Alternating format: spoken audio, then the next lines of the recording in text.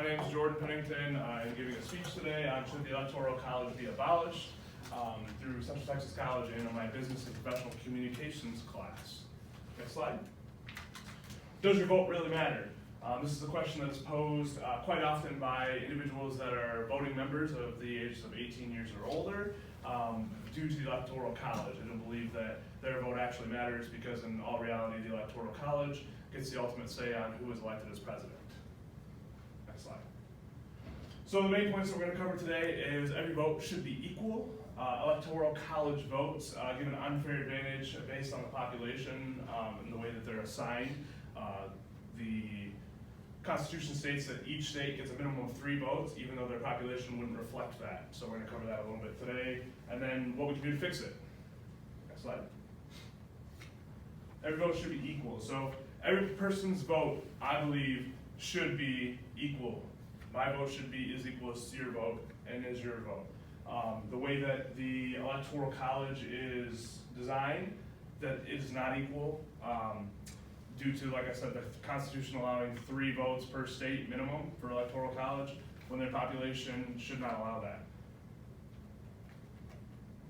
States that have smaller populations receive more than they should represent. In a fair democracy, every vote should be equal. Each state is automatically given 3 votes. The U.S. population is 309 million people. Divide that by the 538 Electoral College votes, that should be 574,000 people should be represented by 1 Electoral College vote. So that should be reflected by state. So states that have approximately 1.1 million should have 2 votes, and those states have 3 and then upwards of 4 in some circumstances based off of the Constitution giving them 3 minimum to start. According to an article found at NPR.org, it states that the Electoral College disproportionately inflates the influence of rural areas by undervaluing the votes of cities. So bigger cities such as New York, approximately New York City, approximately 8 million people live in New York City alone, have less of a say than other states that have rural populations such as, say, Michigan. Paul Gronke, a political scientist at Reed College, states, it really does overrepresent some sparsely populated states and it provides some skewed and bias to our system. Essentially what he's saying is, again, rural areas that may not have as many people living there have more power than other states. So a vote in, say, Wyoming would be the equivalent of 3 votes in Texas for Electoral College, just based off of the Electoral College system. Next slide. So these are campaign visits.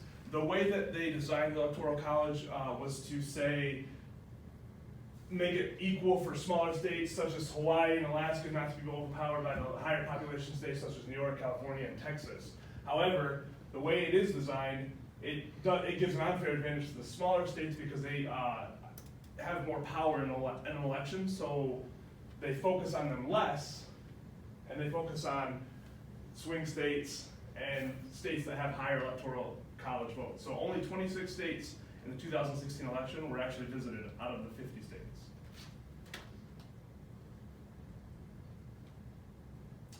So Rhode Island, Alaska, and Hawaii are examples that they should only get 1 or 2 votes, but they get 3 to 4. 2/3 of the visits here were done in 6 states. 2/3 of the entire visits were in 6 states. Next slide.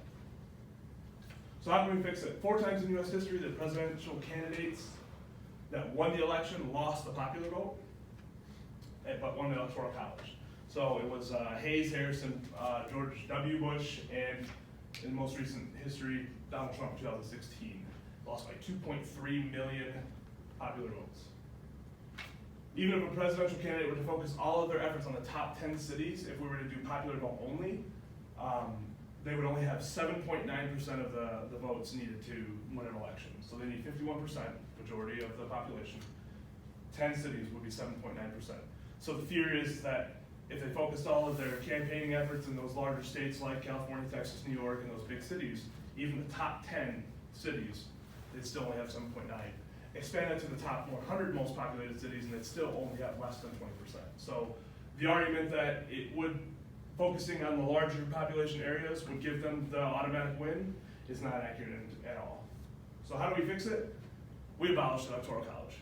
So I believe that we should abolish the Electoral College for these reasons that every vote should matter. Each person should have a say. It shouldn't be an electoral college that can go against what the popular vote in the state is, whether that is an advantage or disadvantage to whatever person I'm voting for. I believe that's the most fair way to do it. Next slide. So in review, today we covered that every vote should be equal. Electoral college votes give unfair advantages to rural areas as opposed to cities. And how we can fix it, like I said, how we can fix it, I believe, is by abolishing it completely. You could do some revisions and do more distribution of electoral college votes. I don't believe that's the best case for this. I believe firmly that it would be the popular vote wins the election. The electoral college fairly favors rural states over large city-based states, and how many votes of each electoral college vote should represent. Next slide. So in conclusion, abolishing the electoral college make every vote truly matter in an election. Next slide. These are my references. If anybody wants to look up any additional information, you can also see me afterwards. And next slide. Do I have any questions? All right, thank you for joining me and watching my presentation today. Appreciate it.